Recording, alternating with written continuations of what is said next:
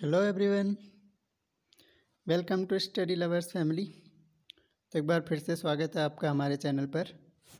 और जैसे कि हम लोग एमसीक्यू सीरीज़ के आज हमारा पार्ट 4 है, एमसीक्यू सीरीज़ का पार्ट 4। तो चलिए शुरू करते हैं एक शानदार कोटेशन के साथ में। लिखा है, अच्छी प्रेरणा देकर किसी का मार्गदर्शन करना भी एक प्रकार की सेवा है।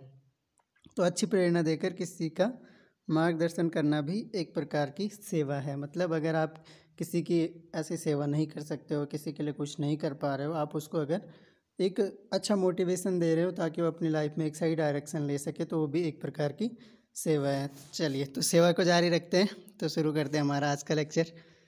तो यहाँ पर टीचिंग एप्टीट्यूड पार्ट 4 है हमारा, और यहाँ पर भी हमारे क्या होंगे, लगभग 20 MCQs होंगे। 20 MCQs होंगे और वही पैटर्न हमारा सेम रहने वाला है।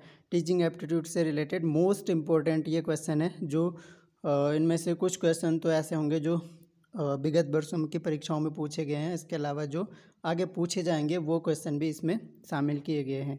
तो उम्मीद करता हूँ आप लोग अच्छे से पार्टिसिपेट करेंगे, और वही पैटर्न लास्ट में अपना स्कोर ज़रूर बताना है कि कितना आपका स्कोर रहा। इसके अलावा किसी भी पॉइंट्स में, किसी भी क्वेश्चन में अगर आपको डाउट होता है तो आप पूछ सकते हैं उससे रिलेटेड, या फिर कुछ आपको लगता है कि वहाँ पर कुछ अलग होना चाहिए तो वो भी आप अपने सजेशन कमेंट बॉक्स में दे सकते हो। चलिए तो शुरू करते हैं। पहला क्वेश्चन हमारा आज का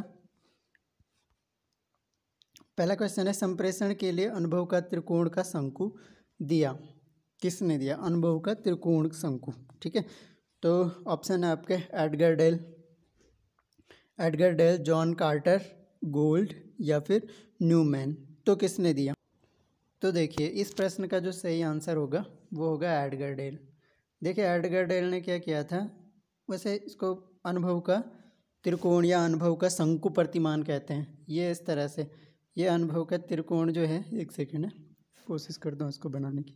देखिए ये इस तरह से था, इस तरह से ये शंकु, ये जैसे शंकु होता है ना, ये तो शंकु के फॉर्म में इन्होंने दिया था। ठीक है, और इसमें इसके पार्ट बताए थे, जैसे 1 2 3 4 5 6 7 8, 8 भागों में इन्होंने विभाजित किया था इसको, 8 से 9 भागों में। ठीक है, तो इसमें क्या था कि सबसे ऊपर जो उन्होंने दिया था वो दिया था वर्बल। ठीक है, वर्बल सिंबल मतलब शाब्दिक संकेत जिनको हम बोलते हैं। ठीक है, फिर नेक्स्ट था विजुअल सिंबल। ठीक है, फिर तीसरे नंबर पे रेडियो प्रसारण, तीसरे नंबर पे रेडियो हो गया।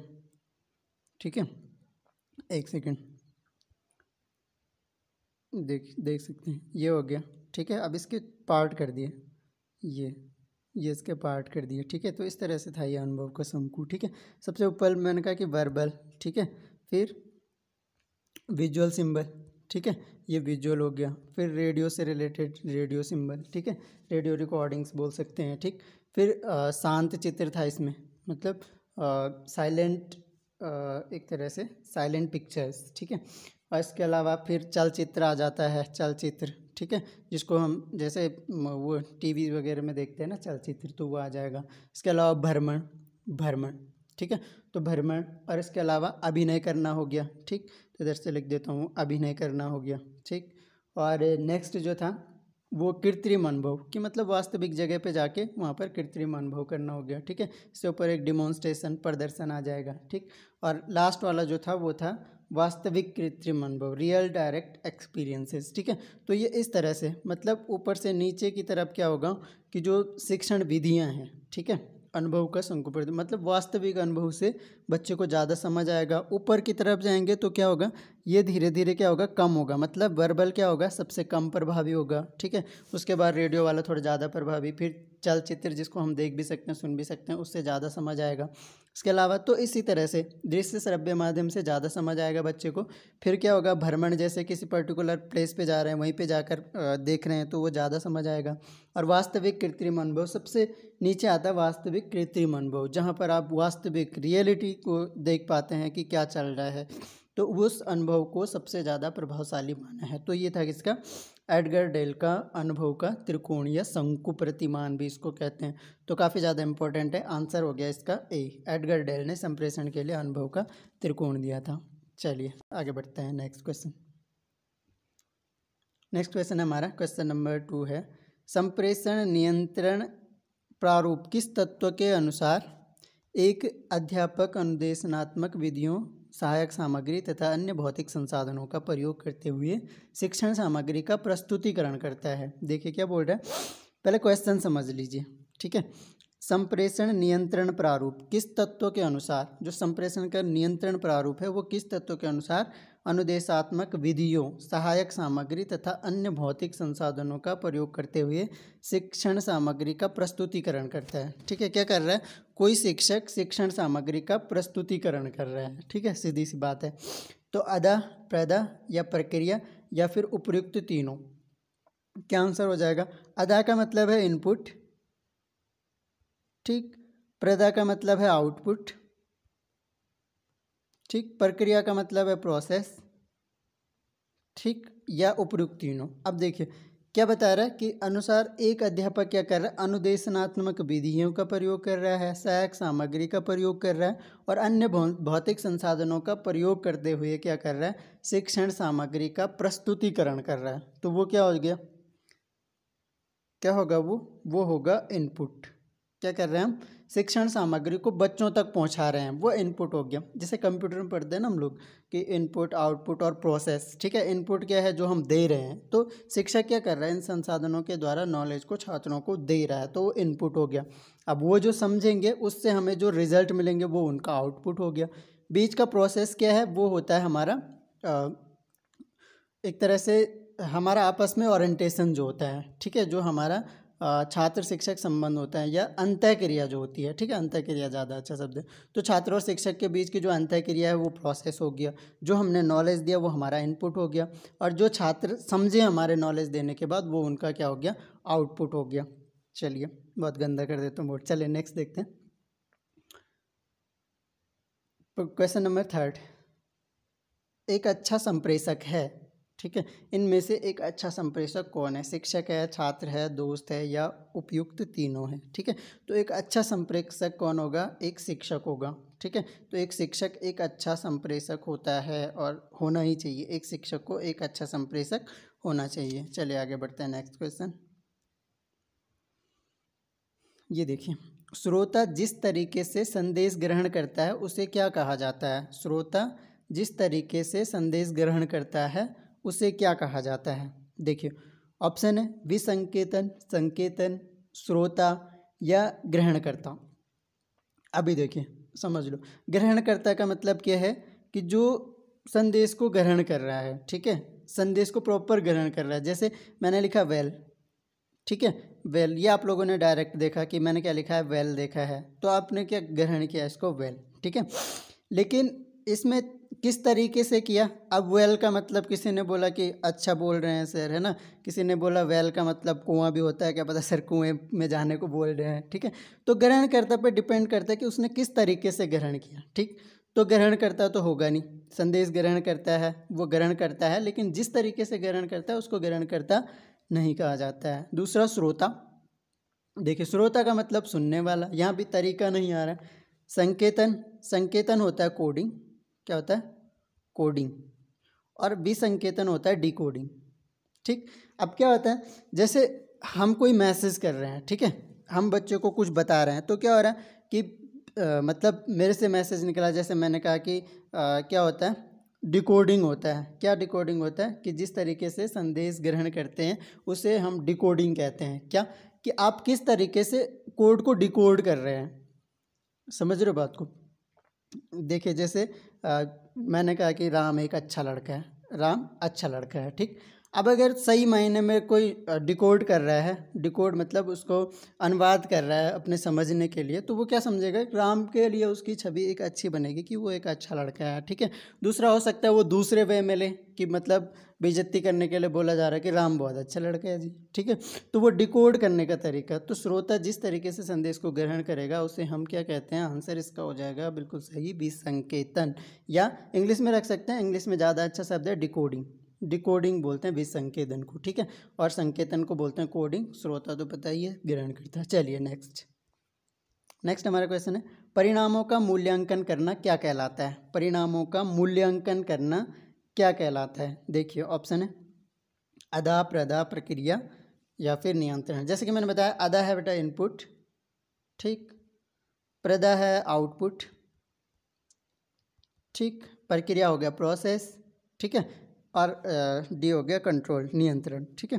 तो बताइए क्या होगा इनमें परिणामों का मूल्यांकन। मान लो हमने कोई टेस्ट लिया, जैसे लास्ट में क्या होगा कि आप लोग अपने मार्क्स बताओगे मुझे काउंट करके कि कितने मार्क्स आपके आ जा रहे हैं, ठीक है।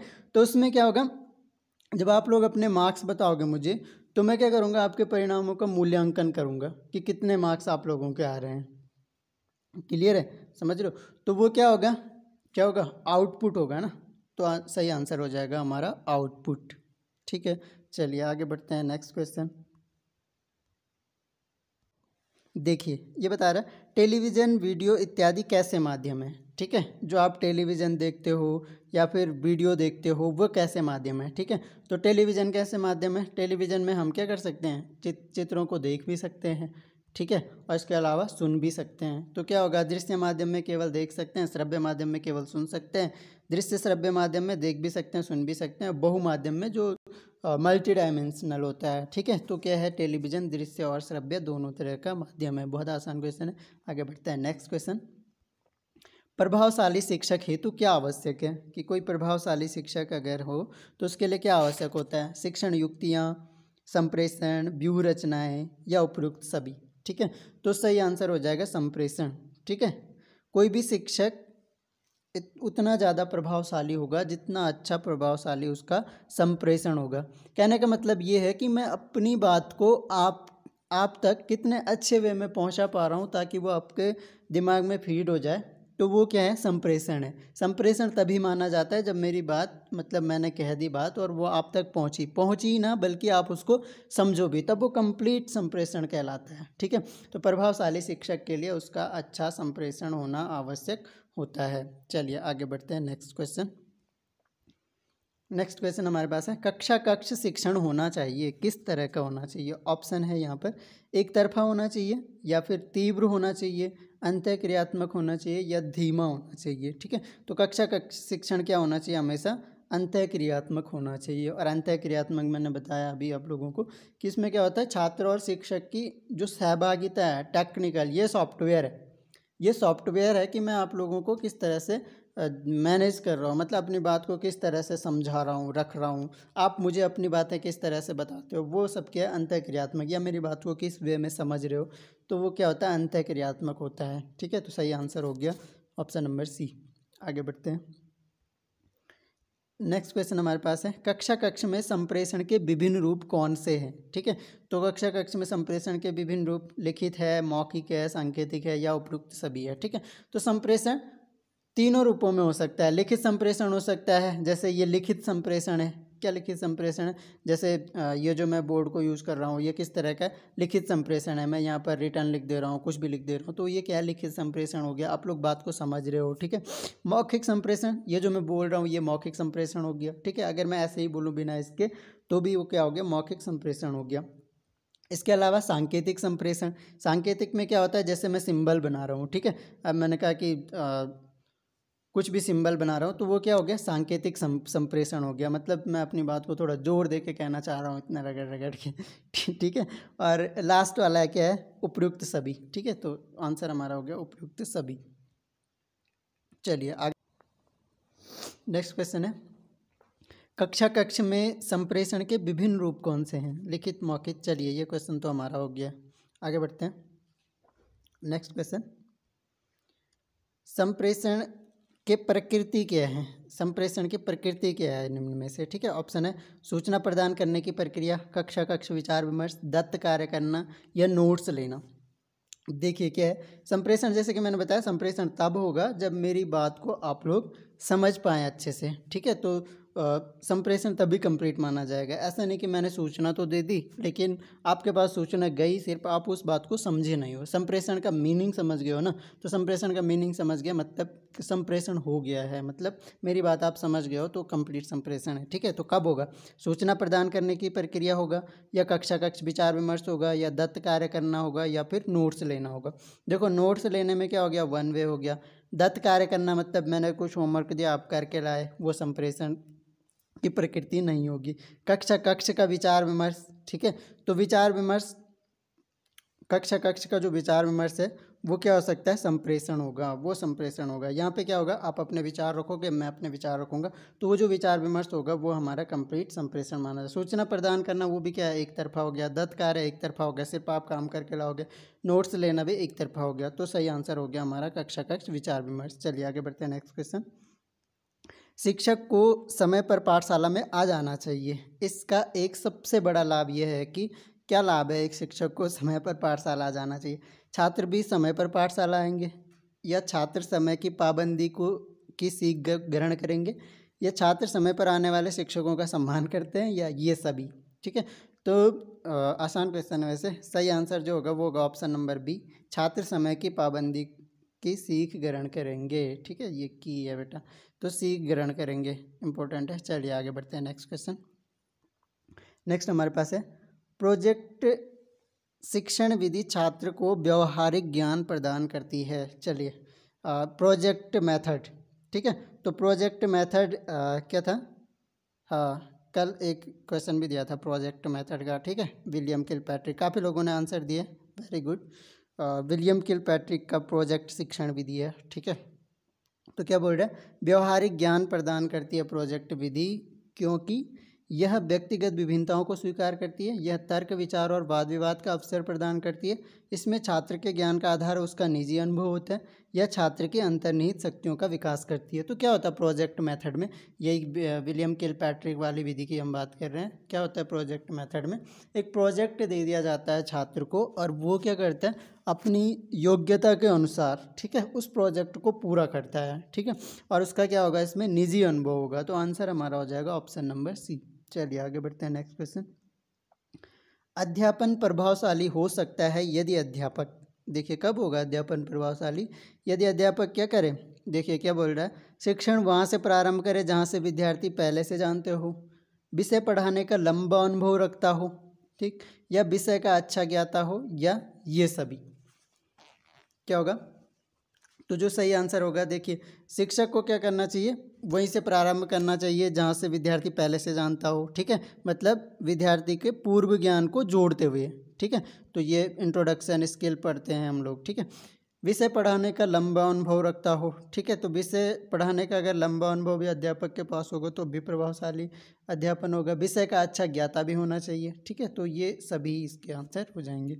आगे बढ़ते हैं, मॉन्टेसरी शिक्षण विधि किस पर सबसे अधिक जोर देती है। तो मॉन्टेसरी शिक्षण विधि की बात कर रहे हैं। ठीक है, मॉन्टेसरी शिक्षण विधि जो है ये भी खेल आधारित शिक्षण विधि है। एक तो फ्रोबेल ने खेल विधि का प्रयोग किया था, मॉन्टेसरी ने भी सुझाव दिया था कि मॉन्टेसरी के नाम से ही अपनी, मारिया मॉन्टेसरी इनका नाम था और इन्हीं के नाम से मॉन्टेसरी विधि है। ठीक है, ऑप्शन देख लेते हैं, छात्र के वैयक्तिक विकास, छात्र के सर्वेन्मुखी विकास, छात्र के नैतिक विकास, छात्र के सामाजिक विकास। ठीक है, तो मॉन्टेसरी प्रणाली जो है किस पर सबसे अधिक जोर देती है। देखिए, तो इसका जो सही आंसर होगा वो होगा ऑप्शन नंबर ए, मॉन्टेसरी शिक्षण पद्धति जो है वो छात्र के वैयक्तिक विकास पर जोर देती है, मतलब छात्र के व्यक्तिगत विकास पर। यहाँ पर इन्होंने क्या कहा कि खेलकूद होना चाहिए, खेलकूद से शिक्षा होनी चाहिए। ठीक है, तो उससे क्या होगा कि बालक के वैयक्तिक विकास पर ज़्यादा जोर दिया है। ठीक है, वैसे तो मॉन्टेसरी शिक्षण प्रणाली अच्छी प्रणाली मानी जाती है, लेकिन जब हम उसके कुछ एक वहाँ पर ज़्यादा फोकस क्या किया जाता है, छात्र के वैयक्तिक विकास, व्यक्तिगत विकास पर ज़्यादा फोकस किया जाता है। चलिए आगे बढ़ते हैं, नेक्स्ट क्वेश्चन। निम्न में से मौखिक संचार का उदाहरण है, कौन सा मौखिक संचार का उदाहरण है। ऑप्शन है, विजय ने टेरेस पर खड़े होकर ऊंचे स्वर में कविता पढ़ी। इंटरेस्टिंग क्वेश्चन है, आप लोग जरूर अटेम्प्ट करिए। ठीक है, चौराहे पर सिग्नल हरे से लाल रंग का हो गया। ठीक है, मौखिक संचार बताना है इसमें। ठीक है, बच्चा माँ का ध्यान खींचने के लिए रो रहा था, या सुनीता ने विनीता को पत्र पढ़कर सुनाया। ठीक है, संचार कब होगा, जब मेरी बात दूसरे तक पहुँचे, उसे समझ आए बात। ठीक है, तो ऊंचे स्वर में कविता पढ़ी, खड़े होकर, कोई महत्व ही नहीं है। ठीक है, चौराहे पर सिग्नल हरे से लाल रंग का हो गया। ठीक, तो क्या हो गया, एक वो मिल गया लोगों को कि अब क्या है, सिग्नल चेंज हो गया है। बच्चा माँ का ध्यान खींचने के लिए रो रहा है, तो कोई संचार नहीं है। सुनीता ने विनीता को पत्र पढ़कर सुनाया, अब पढ़कर सुनाया तो क्या विनीता को समझ आएगा, उसके भाव बताएगी, मतलब क्या क्या लिखा है पत्र में। ठीक है, तो होगा मौखिक संचार का उदाहरण। सुनीता ने विनीता को पत्र पढ़कर सुनाया। चलिए आगे बढ़ते हैं नेक्स्ट क्वेश्चन। नेक्स्ट हमारे पास है निम्न में से मौखिक संचार का उदाहरण है। सेम क्वेश्चन रिपीट हो गया है। चलिए आगे बढ़ते हैं, स्किप करो इसको। किस संप्रेषण में भाषा का प्रयोग नहीं किया जाता है? किस संप्रेषण में भाषा का प्रयोग नहीं किया जाता है? देखिए ऑप्शन है लिखित संप्रेषण, बिना भाषा के लिखित संप्रेषण होगा ही नहीं। मौखिक संप्रेषण भी बिना भाषा के संभव नहीं है। अशाब्दिक संप्रेषण या फिर शाब्दिक संप्रेषण। अब शाब्दिक है तो शब्द बिना भाषा के तो नहीं बनते, शाब्दिक संप्रेषण भी नहीं होगा, तो आंसर होगा हमारा अशाब्दिक संप्रेषण। इसमें क्या आ जाता है, जैसे हमारे संकेत हो गए, ठीक है, आंखें घूरना, है ना, तो ये सब क्या है, संप्रेषण के प्रकार हैं, ठीक है। तो अशाब्दिक संप्रेषण में क्या होता है, संकेतों द्वारा, चिन्हों द्वारा, इशारों द्वारा जो संप्रेषण होता है उसे कहते हैं अशाब्दिक संप्रेषण। तो जरूरी नहीं है कि भाषा का अच्छा ज्ञाता हो व्यक्ति आसानी से संप्रेषण कर सकता है। चलिए आगे बढ़ते हैं नेक्स्ट क्वेश्चन। शिक्षा का अधिकार अधिनियम कब से लागू है? ठीक है, तो ये क्वेश्चन देख सकते हैं। और हाँ, एक बात याद आई, मुझे कुछ लोग पूछ रहे थे पर्सनली कि ये जो MCQ सीरीज़ है या टीचिंग एप्टीट्यूड है, तो मतलब ये इनफ रहेगा, है ना। तो कोशिश तो यही है कि पूरा कवर करवाया जाए, है ना। धीरे धीरे मैं कोशिश करूँगा कि टॉपिक वाइज भी कवर कर दूँ जितना भी मुझे टाइम मिल पाएगा, है ना। और ये है कि जितना मैं पढ़ाऊँगा अपने तरफ से पूरी कोशिश करूँगा अपना बेस्ट देने की, है ना। तो बिल्कुल चक्कू बना दूँगा तुम्हें इसमें टीचिंग एप्टीट्यूड में, ठीक है। चाकू नहीं, चक्कू, गढ़वाली वाला, काफ़ी तेज़ होता है ना। चलिए, तो ऑप्शन है हमारे 1 अप्रैल 2010, 10 मार्च 2010, 2 अक्टूबर 2009 या 2 अक्टूबर 2010, ठीक है। तो राइट टू एजुकेशन जो एक्ट था ये 2009 का एक्ट है, ठीक है। 2009 में ये एक्ट आया था, ठीक है। और ये पारित होकर जो लागू हुआ था वो हुआ था 1 अप्रैल 2010 को। काफ़ी इंपॉर्टेंट है राइट टू एजुकेशन एक्ट, ठीक है। तो 1 अप्रैल 2010 से शिक्षा का अधिकार अधिनियम हमारे देश में लागू है। चलिए आगे बढ़ते हैं नेक्स्ट क्वेश्चन। नेक्स्ट हमारे पास है मानव संसाधन विकास मंत्रालय की स्थापना कब हुई थी? ठीक है, तो MHRD की बात कर रहे हैं, MHRD, ठीक है। तो मानव संसाधन विकास मंत्रालय की स्थापना ministry of human rights development, ठीक है। तो इसकी स्थापना कब हुई थी? ऑप्शन है 1955, 1960, 1958 या 1963। तो सही आंसर होगा 1960। 1960 में इसकी स्थापना हुई थी। और अभी जो नेशनल एजुकेशन पॉलिसी निकल के आई है नई वाली 2020, इसमें क्या किया गया है, मानव संसाधन जो विकास मंत्रालय है इसका नाम परिवर्तित कर दिया गया है, वापस से इसको शिक्षा मंत्रालय कर दिया गया है। चलिए आगे बढ़ते हैं नेक्स्ट क्वेश्चन। यहाँ पर हमारे पास जो नेक्स्ट क्वेश्चन है, व्यक्तित्व का मनोसामाजिक सिद्धांत किसने दिया था? ऑप्शन है आपके मूरे, एरिक्सन, सुलिवन या फ्रोमेन, है ना। तो कोई दिक्कत ही नहीं है, थोड़ा सा अगर आपने चाइल्ड साइकोलॉजी पढ़ा है तो इसका जो सही आंसर है वो क्या है, एरिक्सन ने व्यक्तित्व का मनोसामाजिक सिद्धांत दिया था, ठीक है। तो कभी डिटेल एक्सप्लेनेशन करेंगे धीरे धीरे जैसे जैसे हमें टाइम मिलता रहेगा, ठीक है। तो ये हमारे आज के 20 क्वेश्चन कंप्लीट हो गए। तो आशा करता हूँ आपको डिस्कशन समझ आया होगा, है ना। कोशिश ये रहती है कि प्रत्येक क्वेश्चन का मैं कोशिश करता हूँ कि जो क्वेश्चन ऐसे हैं कि डिस्कस किए जाने चाहिए ताकि उनसे आपका कॉन्सेप्ट भी समझ आए, तो मैं कोशिश करता हूँ अपनी तरफ से कि वो कॉन्सेप्ट आपको समझ आ जाए, है ना। बिल्कुल, हाँ, चक्कू बना दूंगा इसमें, ठीक है।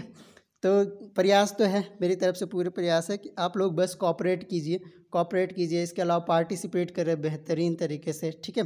कि अपने आंसर बताइए, कमेंट्स में अपना स्कोर बताइए, डेली का रूटीन बनाइए अपना, कि डेली टच में रहना। और डेली कम से कम ये वीडियो तो कम से कम डेली आ रहा है, मैं कोशिश करूँगा कि जल्दी से आपके दूसरे टॉपिक भी कवर करूँ, लेक्चरर के लिए, LT के लिए या फिर CTET UTET से रिलेटेड। तो नेक्स्ट टॉपिक या नेक्स्ट सब्जेक्ट को भी हम धीरे धीरे शुरू करेंगे, तो उससे पहले आप लोग इसमें पार्टिसिपेट करिए, है ना। कम से कम एक सब्जेक्ट में हमारी अच्छी स्ट्रेंथ रहेगी तो और सब्जेक्ट हम धीरे धीरे कवर करते रहेंगे। तो ठीक है, तो कैसे लगा आपको ये नन्हा सा मुन्ना सा प्यारा सा डिस्कशन?